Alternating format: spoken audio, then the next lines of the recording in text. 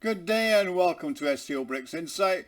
We talk about what's really going on in the world of the BRICS. Now, most people are aware of the essential ingredients in modern technology that without them they could not function at all. These are called rare earth metals or rare metallic elements. These compounds are essential in the manufacture of almost everything in modern technology. From smartphones, computers, electric vehicles, microelectronics, and laser equipment, in fact pretty much everything. Now, China has long been the undisputed global leader in rare earth metals production, and its dominance in this sector has prompted concerns from other countries. Now, Russia has considerable rare earth metals reserves in its subsoil, but the country only inherited two enterprises involved in the extraction of rare earth metals from the Soviet Union. Others were left in places like Kazakhstan and even Estonia. So what's the future development plan for rare earths mining in Russia? I mean, what are the options for rare earth mining in Russia? And more importantly, are they economically feasible? Well, as part of the state programme called Development of Industry and Increasing its Competitiveness, a large-scale, wide-ranging research and development programme has been initiated to develop cutting-edge technologies for the processing of rare earth raw materials and the production of specific types of rare earth element-based products. Furthermore, efforts have been made to identify new sources of rare earth elements, raw materials, so Russia has the raw materials and technologies in place, and the next stage to construct the enterprises that will process these elements. I mean, the first pilot plant for the separation of rare earth elements has been constructed at the Rostec Group site, and it is the main contractor for this whole organisation. Now, there's plans to build a new plant in 2026 that will begin production on the first batches in 2027. Now, all of these efforts are being coordinated by the Russian government holding Rostec that unites many companies across the sectors from defence to specialised metallurgy. More of that later. Now, before I continue, I'd like to make an appeal. If you like and enjoy my videos, you can help me fund the channel and my website, SCO BRICS Insight, to further develop it. You can do this by making a small donation, which is done by clicking on the thanks button at the bottom of the video screen. Everybody who donates does get a personal thank you from me. Now, the Rare Earth Elements Group comprises 17 different compounds, and they're used in everything from the automotive, electronics and military sectors. I mean, the extraction of rare earth metals actually began at the end of the 18th century with the discovery of the mineral ytterbite by the Swedish Army lieutenant and amateur mineralogist Carl Arrhenius. After some time, the Finnish chemist Johann Gadaland isolated ytterium from it, which then became the first rare earth metal known to science. I mean, the term rare earth metals is used because these metals are absolutely never found in nature in their purest form. Typically they're found in minerals and mixed in with other elements, which makes them challenging to separate. I mean, in addition, even a small amount of rare earths to alloys significantly enhances their properties, which is why rare earth metals are also known as the vitamins and steroids of industry. I mean, a number of studies indicate that the rare earth metals market will significantly grow in the coming years. But that's expected because of the development of the technologies, and it's dependent on rare earths. I mean, according to verified market research, the market's worth about $5 billion in 2023, and by 2030 it's going to be $11 billion.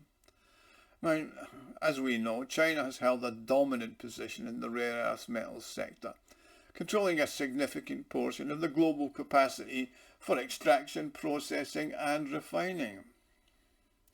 It also has an influence on the significantly varying prices in the industry. I mean, the Shanghai metals market reports that the most cost-effective rare earths currently are lanthanum, and that's employed in diverse catalysts for oil cracking and phosphors and as an ingredient for corrosion-resistant and heat-resistant alloys, and cerium, which is utilised in the manufacture of light sources, catalysts, refractory materials, thermoelectric and abrasive products. Now, That average price for those elements is about 3,400 per tonne. Now, the most expensive rare earth metal is scandium. That's because there's a high demand for aluminium scandium alloys in the aerospace and defence industry, while the scandium compounds in their purest form are used in lasers, magno-hydrodynamic generators for nuclear power plants, solar batteries and X-ray mirrors. I mean, the price of scandium, which depends on its purity, ranges from 3,000 to 600 to 4,600 per kilo.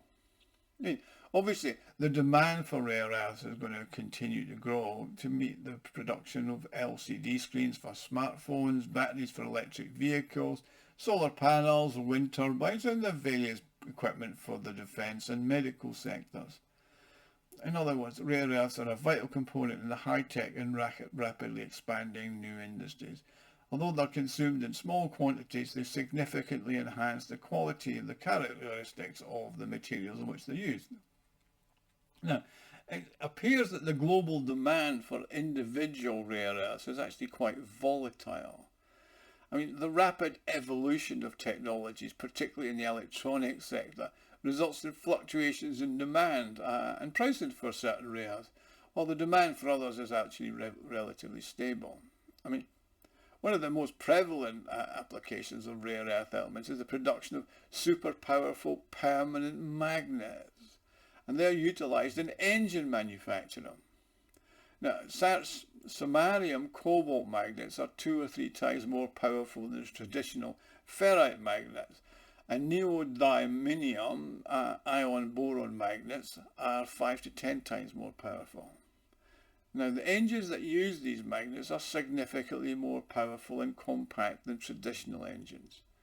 I mean, the unmanned aerial vehicle industry, which has emerged today, would be impossible without such magnets. Another example of the use of rare earth elements is the fastest production car with an internal combustion engine, the Bugatti Veyron, can accelerate to 100 kilometers an hour in 2.5 seconds. The cost of the Bugatti is $2 million. However, the Tesla Model S Plaid electric car, which uses rare earth metals in its production, accelerates to 100 kilometers in 2.1 seconds and is only 120,000. Now, as we said, China's the dominant player and major influence on the industry because it has been involved in establishing a significant number of rare earth metal production facilities, and that was thanks to the government support. I mean, it's the market leader. It produces 240,000 tonnes of rare earths, which is 69% of the world's total. That's a total of 250,000 tonnes in 2023. I mean, that dominant position offers its significant advantages, and it uses its position as a bargaining chip to pressure the USA. I mean, the USA frequently imposes trade restriction on it, so the rare earth metals is its way of getting back. I mean, when the US tried to establish their own production, Beijing just brings excess volume to the market, thereby making US mining and production and processing unprofitable. I do find it funny when the US reacts and responds to something, it tends to get it wrong. I mean, the reason is China made large-scale investments in the extraction of rare earths, and that allowed it to become the dominant force. It now sets the market conditions that it deems appropriate. I mean, you can't blame them. They've spent a lot of time and effort doing it. And obviously they see that that's their position, and I can fully understand and appreciate exactly how they do it.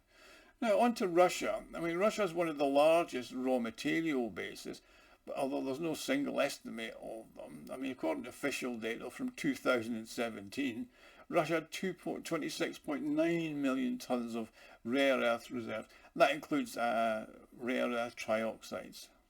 And that means it's pretty close to China, where it has them, but what's it going to do about them? I mean, Rostec reports that it has 27,000 tonnes. Now, the Soviet Union had a robust rare earth industry. It had mines and factories in various republics. And of course, following the dissolution of the USSR, the relationship between the enterprises deteriorated, and only 2 entities actually remain from the former industry's heyday, which are the Lovo Zero mine and processing plant in Murmansk, and the Solikamsk magnesium plant in Perm. I mean, the Lozoversky plant extracts ore at the deposit, enriches it, obtaining a loparite concentrate, and the deposit contains 2.6 million tonnes of ore with rare oxide content. I mean, it's an annual capacity of 8,000 tonnes of concentrate, and that can be increased to around 10,000 tonnes. I mean, the concentrate is then transported to SMZ, where its finished products are manufactured from, including carbonates of lanthanum, neodymium, cerium, promethium, gadolinium, and europium. Interesting places, these. Now, in the first half, SMZ produced 962 tonnes of rare earth carbonates. Now, to extract these metals needed by the industry, they're going to have to separate the individual oxides from the minerals. Then build a chain from the oxide to the metals, and from the metals to the ligatures, and from the ligatures to products. I mean, the Tomskoye deposit is one of the largest in the world in terms of content, with 3.2 million tonnes of oxide. And it's postponed the development of it on a number of occasions, but it does appear that now, under this new act by the government, they are going to start doing something on it. Because the Rostec and Rosatom, which are state-owned, are not under pressure to make profits from rare earth metals. They can make their profits from the various other things that they're involved in. But producing rare earths are considered essential for the development of the Russian industry in all its sectors, and having sovereignty over what it is, and it's not dependent. I mean, in 2016, Akron started producing rare earth metals from apatite nepheline ores at its Olensky processing plant.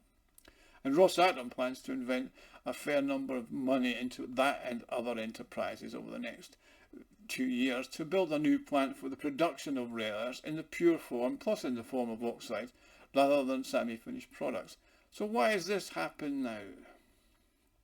Well, before, as usual, there was a prevailing opinion that it was possible to rely on foreign products and imports for this segment. However, as we've seen over the last 10 years, and particularly the two, without its own solutions, Russia becomes vulnerable to external pressure. I mean, currently China is a friendly country, but Chinese companies are afraid of Western sanctions, which forces them to impose restrictions on Russia. So Russia had better build its independent sovereignty in its industry and not be dependent on Russia, on imports. Anyway, so you've heard, Russia continues to build its import substitution policies and maintain its sovereignty in the development of its future. So I hope you've enjoyed this video. Thank you for watching. Like and subscribe, and if you want to help me fund the channel, please click on the thanks button at the bottom of the screen and make a small donation, and I'll see you all again soon. Thank you.